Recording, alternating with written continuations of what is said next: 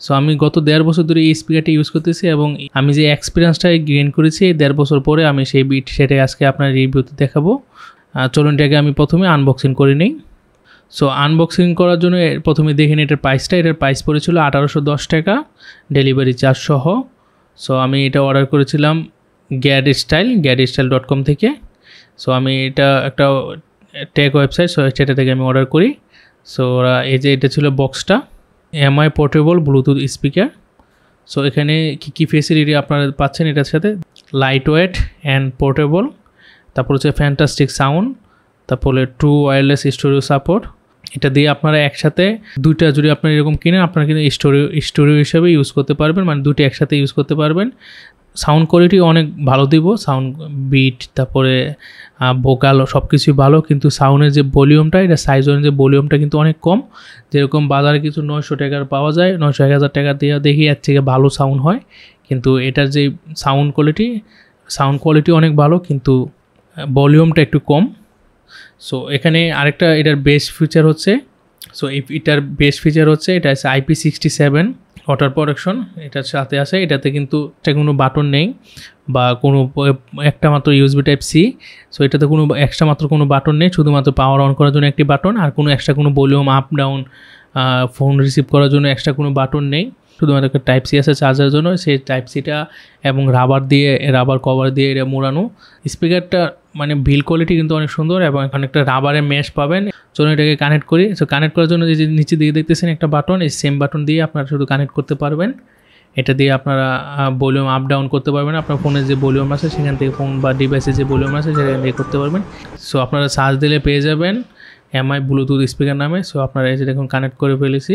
Connect করার সাথে সাথে এখানে দেখেন আপনার ব্যাটারি পার্সেন্টেজটা কিন্তু দেখাবে। এটা out of the box 60% battery ছিল। সো আমি চলুন একটা মিউজিক আমি এটাতে প্লে করি।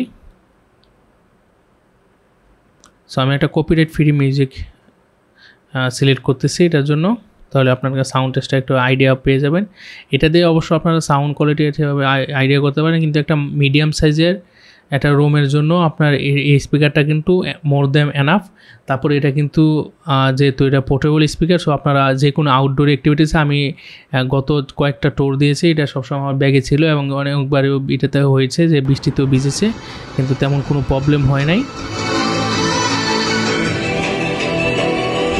সো আপনারা বুঝতেই পারতেছেন আপনারা কীরকম এটার বিল কোয়ালিটি পাবেন। আমি কিন্তু বললামই গত 1.5 বছর ধরে এটা ইউজ করতেছি, কিন্তু এখনও এটাতে ব্যাটারি আপনার অনেক ভালো ব্যাটারি ব্যাকআপ পাই। আমি আপনারা একটানা 4 থেকে 5 ঘন্টা আপনারা একটানা মিউজিক প্লেব্যাক করতে পারবেন, কোনো প্রবলেম হবে না। আপনার এখনও এরকম ব্যাটারি ব্যাকআপ পাওয়া যায়।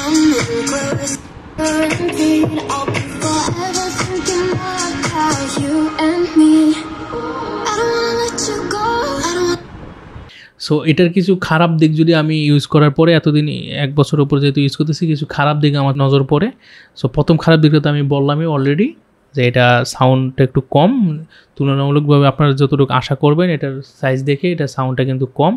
তারপর এটার আরেকটা খারাপ দিক হচ্ছে এটা যে ব্লুটুথ কানেকশনটা, অনেক সময় আপনার ফোনে যে পেয়ারিং করা থাকে এমআই ব্লুটুথ, সো পেয়ারিং করার সময় 2-3বার আবার 2-3টা ডিভাইসে কানেক্ট করেন, এটা আর পেয়ারিং হয় না। আবার নতুন করে ওই আগে যে পেয়ারিংটা ছিল ওইটাকে ডিলিট করে আবার নতুন করে পেয়ারিং করতে হয়। আমার ফোনে এই প্রবলেমটা হয়েছে, আমার ল্যাপটপের সাথেও এটা হয়েছে। সো এটা অনেক বিরক্তিকর, কারণ একবার পেয়ারিং করলে অটোমেটিক যদি সবসময় থাকতো তাহলে অনেক ভালো হতো।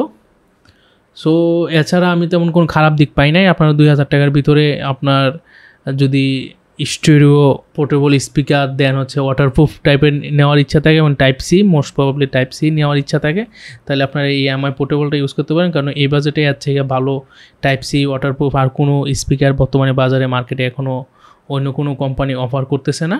সো আজকে এই পর্যন্তই, ভালো থাকবেন সবাই, ধন্যবাদ।